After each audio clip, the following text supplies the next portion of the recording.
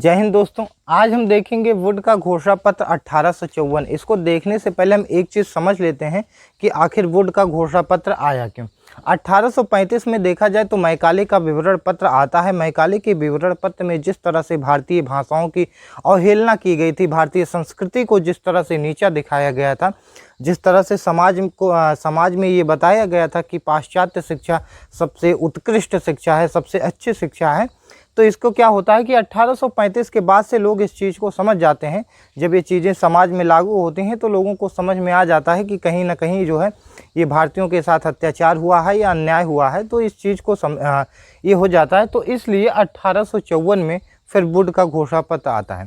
अब हम एक चीज़ समझ लेते हैं कि आखिर जो वुड का घोषणा पत्र 1854 में आया, ये 1854 में ही क्यों आया, इससे पहले क्यों नहीं आया या इससे बाद क्यों नहीं आया, इसको हम ज़रा समझ लेते हैं। इसको देखिए,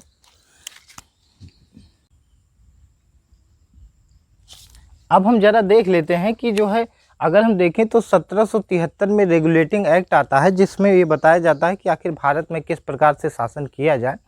तो यहाँ से देखा जाए 1773 से लेकर के 93 तक अगर आप देखेंगे तो यहाँ तक 20 वर्षों का अधिकार मिल जाता है ईस्ट इंडिया कंपनी को कि वो भारत में व्यापार करते रहे। इसके बाद देखेंगे 1793 में फिर से ईस्ट इंडिया कंपनी जो है ब्रिटिश संसद के सामने इस अधिकार की मांग करता है, अपने लाइसेंस को रिन्यूअल करने की बात करता है, तो फिर उसको 20 वर्षों के लिए मिल जाता है।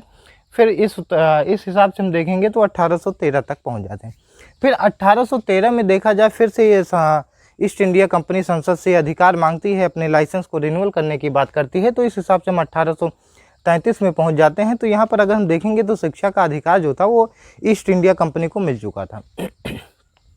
अब हम यहाँ देखेंगे कि 1835 में मैकाले जो है अपना विवरण पत्र प्रस्तुत करता है, जिसमें बहुत सारी कमियां हो गई थी, जिसमें जिस हिसाब से अगर हम देखेंगे भारतीय भाषाओं को दबाया गया था, तो इन सब चीज़ों को जो है 1853 तक लोग समझ चुके थे। तो जब 1853 में लाइसेंस को रिन्यूअल करना होता है तो इस बात पर फिर से जिक्र किया जाता है कि भारत में जो शिक्षा नीति चल रही है वो कहीं ना कहीं बहुत ख़राब हो गई है, उसको फिर से जो है सुधारा जाए। तो इस हिसाब से हम देखेंगे तो 1854 में जो है वुड का घोषणा पत्र आता है।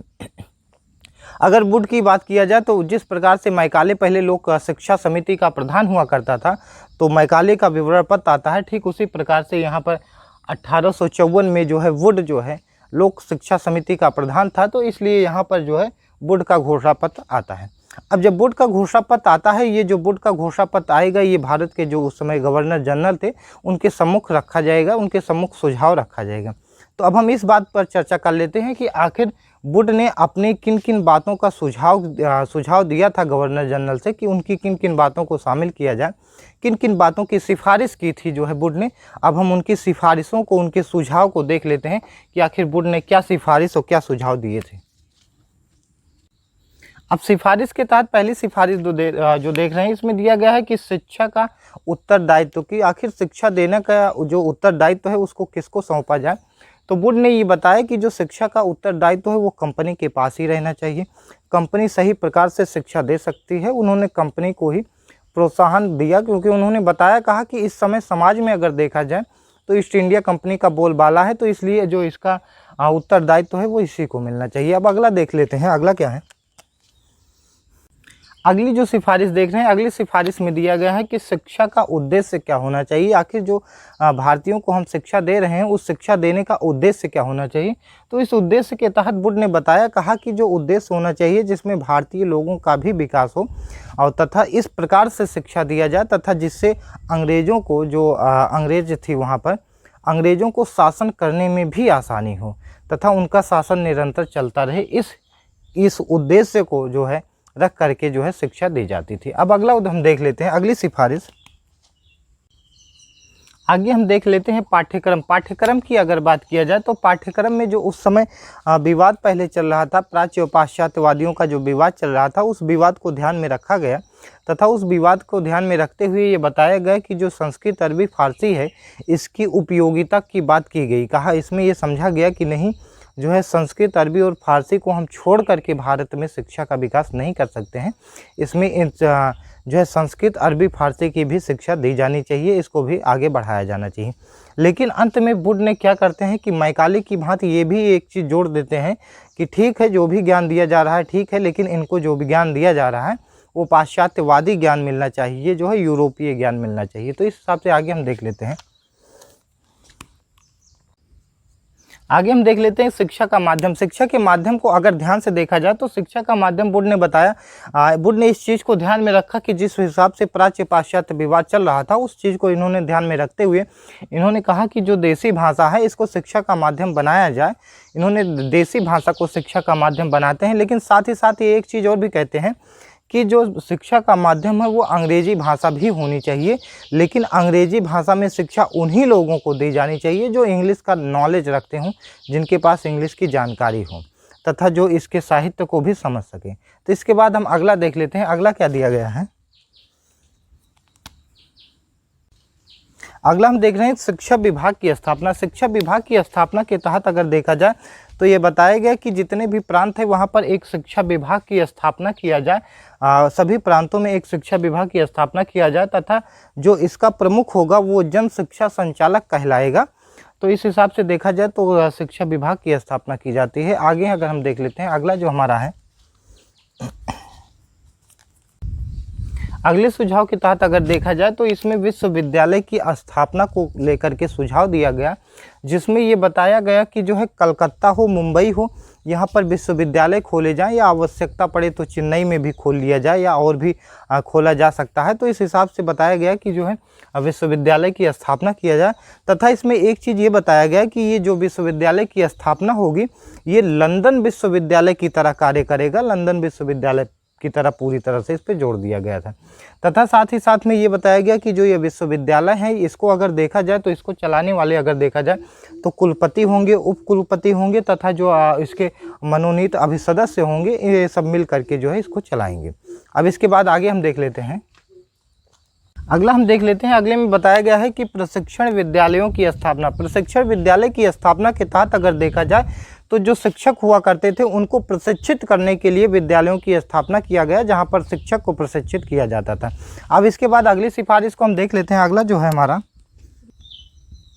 अगली जो सिफारिश देख रहे हैं, अगली सिफारिश के तहत स्त्री शिक्षा के विषय में बताया गया। स्त्री शिक्षा के तहत अगर देखा जाए तो स्त्रियों की शिक्षा के लिए विशेष व्यवस्था की गई तथा ये भी कहा गया कि जो ऐसे विद्यालय जो स्त्री शिक्षा के लिए ही खुले हैं, जो स्त्रियों के लिए ही खुले हैं, उनको विशेष अनुदान दिया जाए या उसको अनुदान जो है पहले दिया जाए। तो काफ़ी चीज़ें यहाँ पर जोड़ी जाती हैं स्त्री शिक्षा के लिए। अगली जो विशेषता है अगली हम देख लेते हैं।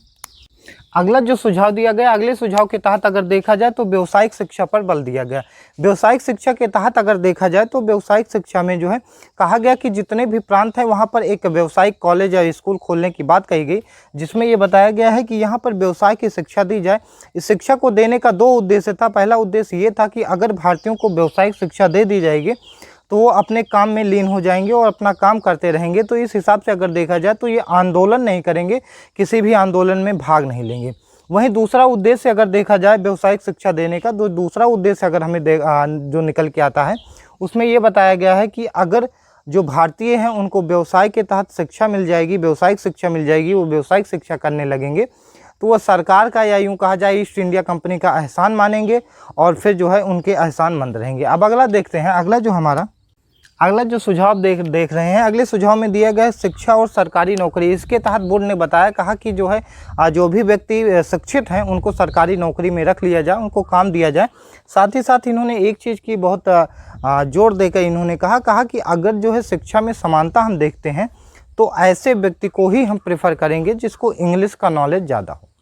मतलब अगर दो लोगों की शिक्षाएं समान होंगी तो ऐसे लोगों को नौकरी पर रखा जाएगा जिसको इंग्लिश आती होगी। तो अगली हम ज़रा देख लेते हैं। अगला जो हमारा है, अगली जो सिफारिश देख रहे हैं, अगली सिफारिश के तहत दिया गया है कि मुसलमानों की शिक्षा। मुसलमानों की शिक्षा के तहत अगर देखा जाए तो यहाँ पर मुसलमानों की जो शिक्षा थी उस पर भी सहानुभूति थोड़ा सा दिखाई गई और इस पर भी विकास करने की बात कही गई।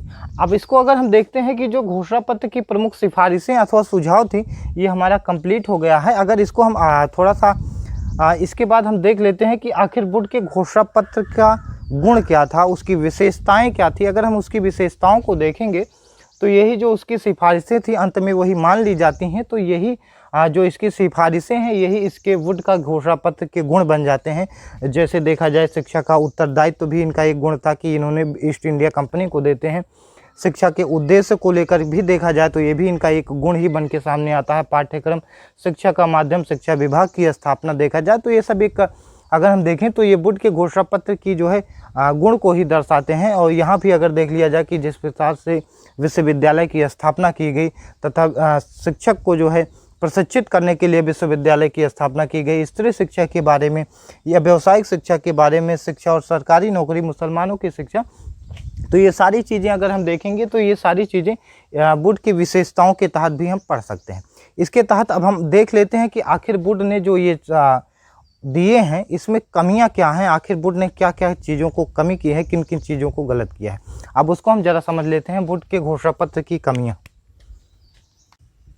वुड के घोषणा पत्र के दोष को अगर हम देख रहे हैं, दोष के तहत पहला जो हम दोष देख रहे हैं लंदन विश्वविद्यालय। इन्होंने वुड ने जो है भारत में जो है विश्वविद्यालय खोलने की बात की। थोड़ा सा अच्छा था कि काफ़ी अच्छा था कि उन्होंने भारत में विश्वविद्यालय खोलने की बात की, लेकिन इन्होंने एक चीज़ कहा कि जो भी भारतीय विश्वविद्यालय हैं वो भारतीयों की तरह नहीं बल्कि लंदन विश्वविद्यालय की तरह काम करेंगे।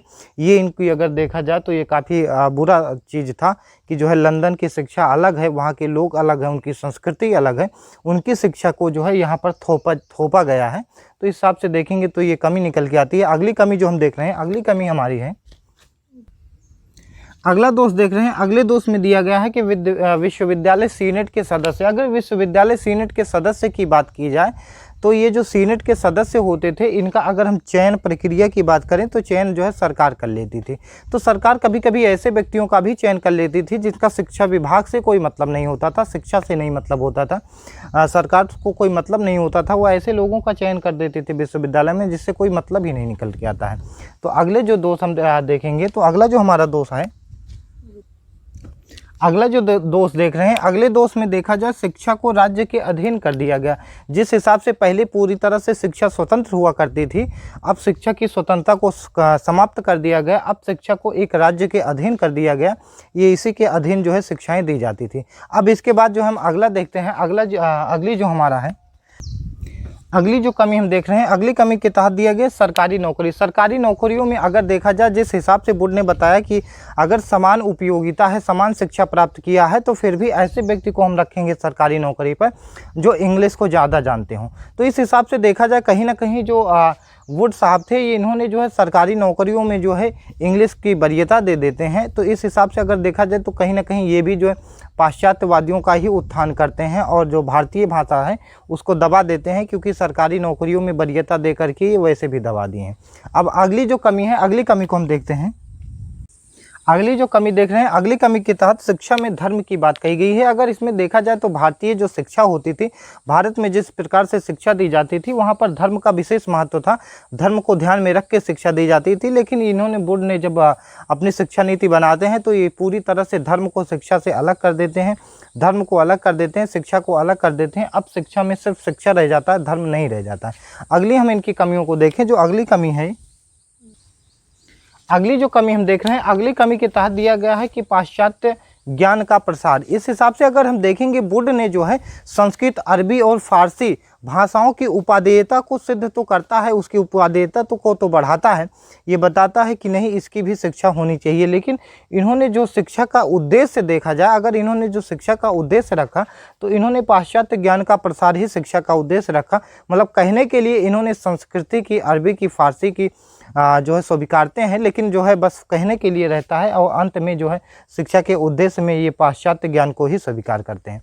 आगे जब हम देखते हैं अगली जो कमी है हमारी, अगली जो कमी देख रहे हैं, अगली कमी के तहत देखा जाए शिक्षा का ढांचा। शिक्षा के ढांचे को अगर देखा जाए तो जो शिक्षा का ढांचा था वो पूरी तरह से विदेशी कर दिया गया था। इसमें भारतीयों को तो शिक्षा दी जा रही थी, लेकिन जो है पूरी तरह से विदेशी ढंग से दी जा रही थी। मतलब देखेंगे शिक्षा का ढांचा पूरी तरह से बदल गया था। अगर हम इसके बाद व्यावसायिक शिक्षा की बात करें तो व्यावसायिक शिक्षा तो भारत में दी जा रही थी, लेकिन जो व्यावसायिक शिक्षा दी जा रही थी वो देखने के लिए तो व्यावसायिक शिक्षा थी, लेकिन ये भारतीयों को ध्यान में रख के नहीं बनाया गया था, जिससे इसका लाभ भारतीयों को नहीं मिलता है। अब आगे जो इसकी अगली कमी है, अगली कमी को हम देखते हैं। अगली जो कमी देख रहे हैं, अगली कमी के तहत शिक्षा के माध्यम की बात करें। शिक्षा के माध्यम में जिस तरह से इंग्लिश को भी शिक्षा का माध्यम बना दिया गया था, उस हिसाब से अगर हम देखेंगे जो भारत में शिक्षा दी जा रही थी, अगर हम जैसे भूगोल की, इतिहास की जो भी शिक्षाएं दी जा रही थी, तो वो सारी शिक्षाएं जो है कोई मतलब नहीं निकलता था कि शिक्षाएं तो दी जा रही थी, लेकिन इंग्लिश माध्यम होने की वजह से वो समझ में नहीं आती थी, बस वो पढ़ना मात्र रह गया था। अगली जो कमी है, अगली कमी को अगर हम देखते हैं तो इसमें दिया गया है कि रटने की प्रवृत्ति का विकास। इससे क्या होता है कि बालकों में रटने की प्रवृत्ति का विकास हो जाता था, तो क्योंकि जो है शिक्षा का माध्यम इंग्लिश हो गया था, लोग समझ नहीं पाते थे कि आखिर इसका मतलब क्या है, क्या कहा जा रहा है, तो लोग समझ नहीं पा रहे थे। तो इसलिए जो भी छात्र हुआ करते थे वो सारी चीज़ों को रट करके बस सिर्फ रट लेते थे, उनको जो है ज्ञान नहीं होता था, बस सिर्फ रट लेते थे। इसके बाद अगला हम देखेंगे तो परीक्षा का स्थान। परीक्षा के स्थान के तहत अगर देखा जाए, चूँकि बालक रटे हुए थे, उनको ज्ञान नहीं होता था, उनका बस एक मतलब था किसी भी तरीके से परीक्षा को पास किया जाए, तो वो रट करके परीक्षाओं को पास कर लेते थे। तो यहाँ पर अगर हम देखेंगे परीक्षा में, तो जो छात्र होते थे वो पढ़ने का सिर्फ एक उद्देश्य हो गया था कि किसी भी प्रकार से परीक्षा को पास किया जाए। इसके अलावा अगर हम देखेंगे पुस्तकालय की बात अगर किया जाए, तो यहाँ पर ये बताया गया है कि अगर पुस्तकालय में बाइबिल पुस्तक रखी है, हर पुस्तकालय में बाइबिल पुस्तकें होती थी, तो जो बाइबिल पुस्तकें होती थी, अगर उसको आप पढ़ना चाह रहे हैं तो आपको फ्री में प्रोवाइड की जाती थी कि आप उसको आराम से पढ़ सकते हैं। और जो शिक्षक हुआ करते थे, अगर उससे आप प्रश्न करते हैं बाइबिल से संबंधित, तो शिक्षक को इस प्रश्न का जवाब देना अनिवार्य हो गया था। तो इस हिसाब से हम देखेंगे जो बोर्ड ने घोषणा पत्र दिया था, ये काफ़ी लंबा घोषणा पत्र था, बहुत बड़ा घोषणा पत्र था। इसके घोषणा पत्र को देखने के बाद इसको जो है भारतीय शिक्षा का अधिकार पत्र भी कहा जाता है, मैग्ना कार्टा भी कहा जाता है। लेकिन अगर हम देखेंगे तो इस मैग्ना कार्टे में इतनी ज़्यादा कमियाँ हो गई हैं, ये बहुत ज़्यादा कमी है बोर्ड के घोषणा पत्र में। ये सारी कमियों को हम देख चुके हैं। अब हम देख लेते हैं आखिर निष्कर्ष क्या निकल के आता है। अभी इसके हम निष्कर्ष को देख लेते हैं। अब आगे हम निष्कर्ष देख लेते हैं। निष्कर्ष के तहत अगर देखा जाए तो वैसे तो अगर हम देखेंगे जो बोर्ड का घोषणा पत्र आया, वो मैकाले का जो विवरण पत्र था, मैकाले के विवरण पत्र की कमियों को दूर करने के लिए बोर्ड का घोषणा पत्र आता है। लेकिन जो है जब हम निष्कर्ष देखते हैं तो आखिर बोर्ड ने किसी भी उसकी कमी को दूर नहीं कर पाते हैं, ये कहीं ना कहीं घुमा फिरा के उसी चीज़ों को ही अप्लाई करते हैं। तो इस हिसाब से अगर हम देखेंगे तो बोर्ड का घोषणा पत्र जितना बड़ा घोषणा पत्र था, उससे कहीं ज़्यादा बड़ा उनकी कमियों को हम देख लेते हैं, उनकी कमियां भी हमने देखा। तो इस हिसाब से अगर हम देखेंगे तो जो बोर्ड का घोषणा पत्र था वो समाप्त होता है। अगली बार हम देखेंगे, जो अगला हमारा वीडियो आएगा, अगले वीडियो में हम देखेंगे कि राष्ट्र में जो है शिक्षा को लेकर के जो आंदोलन चल रहे थे, उस आंदोलन के विषय में समझेंगे। अर्थात हम समझेंगे कि राष्ट्रीय शिक्षा आंदोलन किस प्रकार से चल रहा था, क्या था, उसको हम समझेंगे। तब तक के लिए धन्यवाद।